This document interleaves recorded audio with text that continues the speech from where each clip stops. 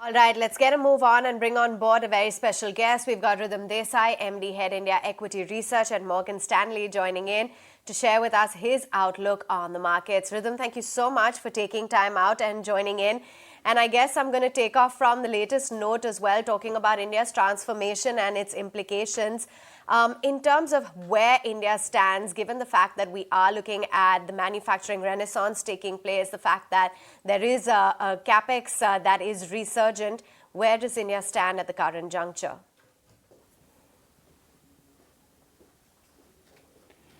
I think from an economic cycle perspective, we've just started a new economic cycle, and I think it has many more legs for a nice run.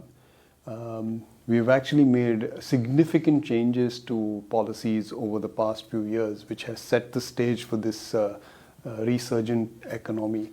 It will likely be led by investments, so I think you should expect pretty strong private capex. Government capex has already been good, and I think that will stay at good levels. So it's an investment-led recovery in the economy. Its concomitant effect will be on increasing loan growth. The starting point of corporate balance sheets are very good. Corporate debt to GDP has declined considerably over the past 4-5 years. So I think we are in the midst of a loan boom. And I think we should also see pretty good conditions for consumption. Though I think, as I said, investments will likely lead the economy in the next few years. Talking points in there, Ridham. But tell me, how's the mood when it comes to India on the sidelines of the conference? Is the Josh high when it comes to India? What have you been gathering? So let me actually talk about interactions going past the past, say, 6-7 months.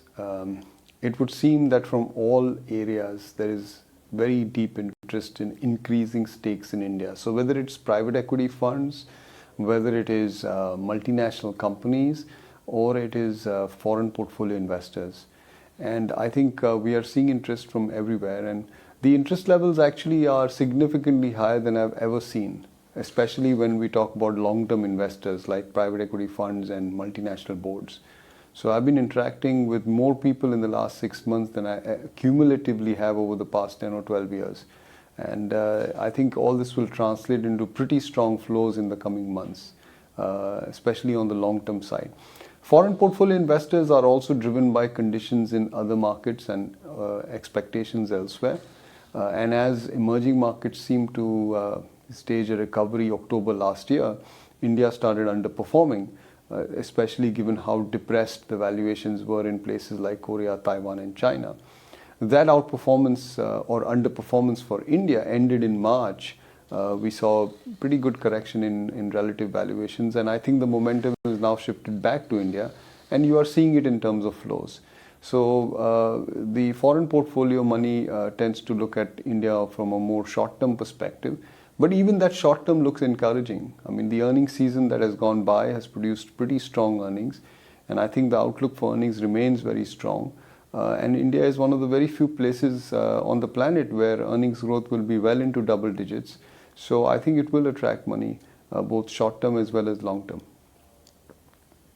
Are there any sort of concerns around rich valuations, or I should say relatively rich valuations as compared to our other global peers? Yeah, the headline multiple, both absolute and relative, are high. And that has been a constant pushback for investors. But, as I keep telling them, because we have a strong growth story, and the market, knows that, it's not oblivious to the fact that there is a strong earnings story for India. It will always look like it was attractive with hindsight. So when you go forward 1 year, you'd say, way back in April last year or May last year, valuations were quite okay because there's so much growth that India has generated.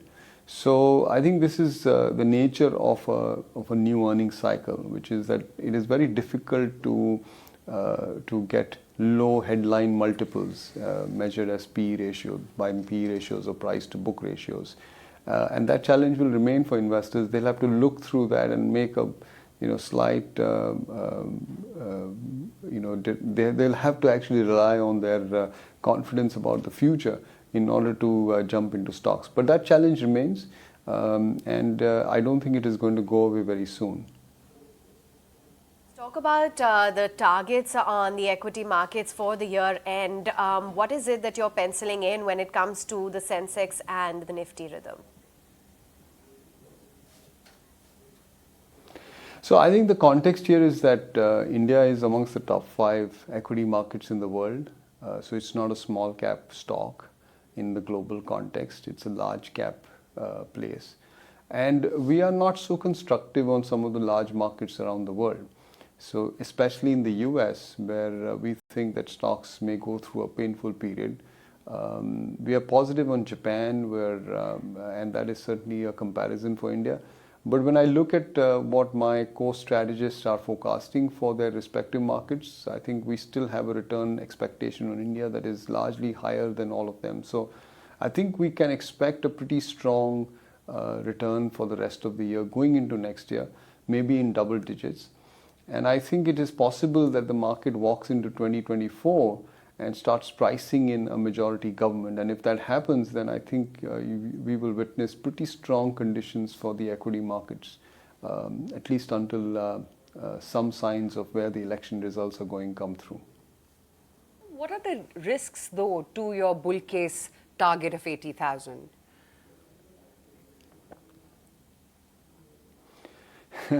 No, there are plenty of risks. I mean, we should not focus on the bull case. We should focus on the base case. But anyway, there are a lot of risks on the horizon. We have to first deal with the immediate weather problems that we may face, the prospects of an El Nino and depressed rainfall.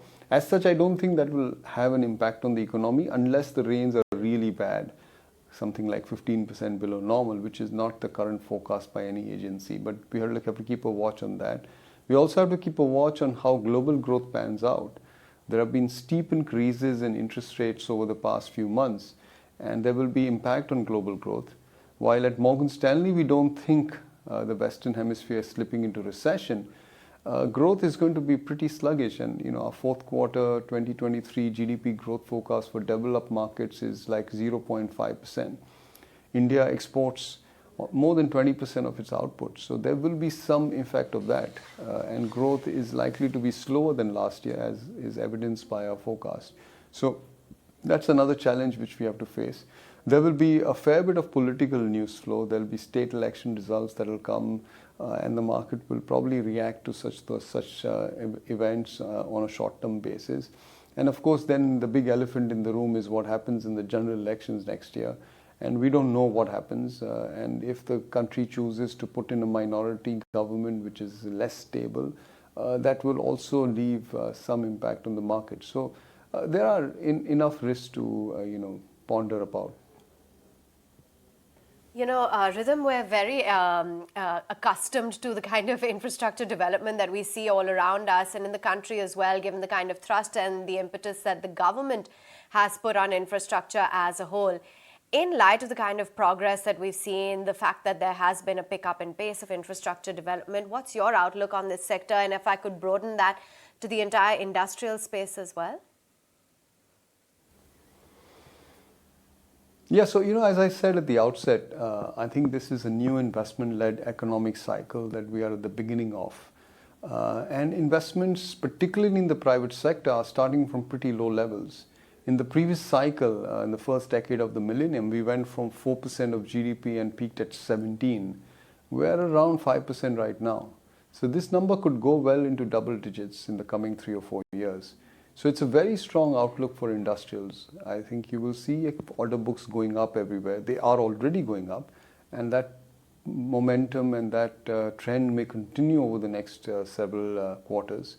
Of course, from a stock market perspective, we have to continuously judge what's priced in and what's not.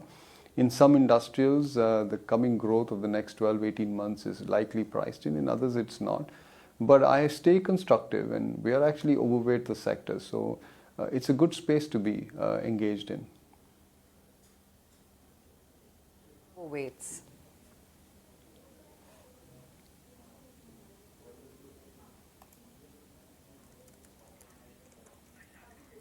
Ridham, just wanted to understand, aside of industrials, what are the other sector overweights that you have? So as I said, I think we're the throes of a loan boom.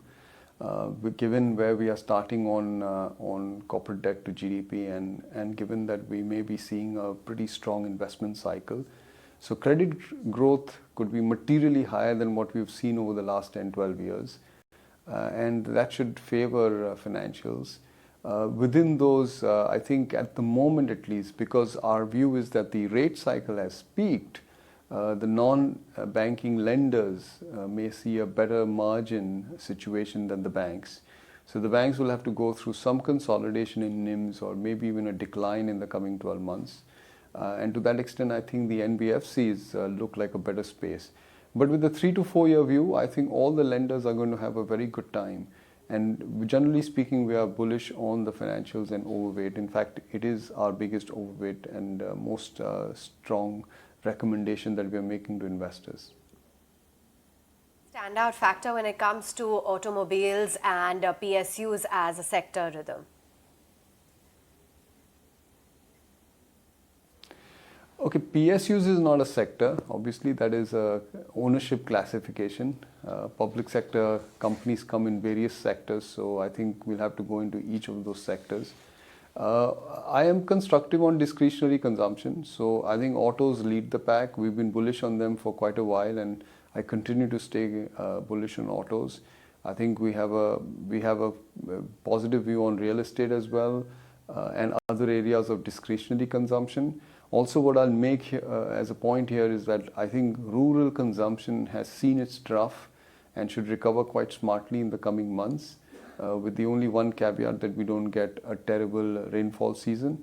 And if that happens, then I think rural consumption oriented companies will also do well, and the stocks of those companies are also worth watching out for. So lots of areas in the market which look good. What doesn't look good, I think, is global facing sectors, especially in the commodity space. I think given the softness in global growth, we're likely to see soft commodity prices, and it'll be a while before those sectors trough out. IT services, I think, is a mixed bag, but I would generally be constructive. I think even though there is a slowdown in growth, we may not see the same type of tech spending cuts as we saw in previous US growth slowdowns because of the structural tailwind which comes from the spending that companies need to do for digital and AI. Ridham, it's intriguing as to why you're overweight technology right now. Yes, the chatter from both TCS as well as Infosys during their annual days was extremely strong, and they said that AI is nothing but a huge opportunity for Indian IT, and they can surely cash in on that. I believe Infi AR had the word AI mentioned 46 times. But tell me, do you think there could be another quarter or two at least of damage, or are valuations now lucrative enough to start nibbling into this sector already?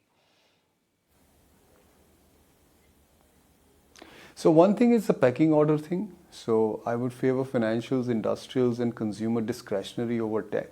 So that will be fourth in the pecking order. The second is I would concur with the companies if they say that artificial intelligence is a huge opportunity. This is very similar to when ERP came, and a lot of people thought that it was curtains for Indian software companies. Then cloud came, and people thought that Indian companies will not be able to transition, and there will be a cutback in their ERP revenues and a slowdown in earnings. Both views, proved to be false, because in the initial stages of a new technology rollout, there is a huge amount of coding that has to be done.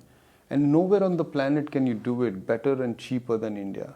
So India will see a rush of business as companies build out their digital and AI strategies. After 4 or 5 years, or maybe 5 or 6 years, I don't know exactly when, that spending peaks out. And then I think if no new technology emerges on the horizon, maybe that's the time when IT companies will start seeing a perceptible slowdown. So this is the midterm structural view. Now, coming to the near term about the next quarter or two, yeah, there is a likely slowdown, and there is cutback happening in America. There are jobs being lost, but it's not like the American economy is down spiraling into a recession. It's not our base case view. So if we do get a recession in the US, which is a bear case view, then there will be further downside, and I think IT stocks will get tested on the downside. But since that's not our base case view, I think the likely slowdown in spending is already baked into the share prices. So I think it's a good place to be. And in a portfolio context, I think you want to own IT. It may not be the only thing you want to own, but if you own financials, discretionary, and industrials, I think IT operates as a nice barbell. Ridham, the other thing is that the opinion and even the stock price moves are getting very split and divided when it comes to banks. You know, a lot of conjecture out there on whether or not the credit growth is going to top out in a sector or two, or whether it already has. And you've got a very varied performance as well from the corporate-facing as well as the retail-facing banks. Just wanted to understand within banks, how do you maneuver through the sector?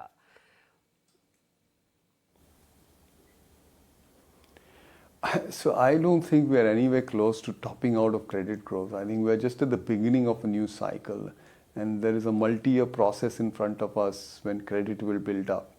You know, corporate debt to GDP, as I cited, is at 50%. And I think that number will be materially higher before this credit cycle is over. It will go into the 80s, maybe even the 90s. So it's not like this is, ending anytime soon. Retail credit also is, I think, likely to rise, and this tussle between corporate and retail will remain on a near-term basis. But I would encourage people to look beyond that and just focus on the medium term. The next 3 or 4 years, I think, are going to be very good for banks and non-banks in India. In fact, for all classes of lenders. And I think it's not a place you want to get too cheeky about and trade for a quarter or 2 here and there. You could end up missing out on those stocks and they may run away from you. So I would be structurally very positive on financials. When it comes to the entire energy basket, where does the preference lie with domestic versus global cyclicals? So we prefer the domestic cyclical stocks. Cement clearly over steel. And I would take a little bit of a backseat on energy. I think it's going to be a difficult environment. As I said, global facing sectors are going to face, especially the commodity ones, are going to face a bit of rough weather in the coming quarters. But cement, I think, is in a good place. Demand conditions are very strong in India, and there is good pricing discipline. And most importantly, not just for cement, but for a lot of sectors, raw material costs are going to be significantly lower year on year. A lot of the high cost inventory that companies had acquired last year because of the spiraling of raw material costs is now exhausted. And you will start seeing the benefit of falling raw material costs in their earnings. So my earnings estimate for the market, for example, remain much higher than the consensus, because I don't think the consensus has fully appreciated how much raw material costs benefits are going to come through in the next, say, 1 year or so. Finally, Ridham, given the kind of inflation projections that you have, what's the outlook on the rate trajectory down the line by the Reserve Bank? Yeah, so as I said, we think the rate cycle is done. We don't expect any further rate hikes. In fact, we don't expect rate hikes in America either. So we think the rate cycle is done even in the US. And in India, I think as you go into the early part of next year, maybe we will see a rate cut as well. The economy is on a very good footing. I think the RBI has done a brilliant job in managing macro stability in a very tricky global environment, and we've come through largely unscathed. Inflation is decelerating, and much of the policy work has helped, and I think we are probably done with all this. Ridham, appreciate your time. Thank you so much for joining in and sharing with us your valuable insights on ET Now. Thank you.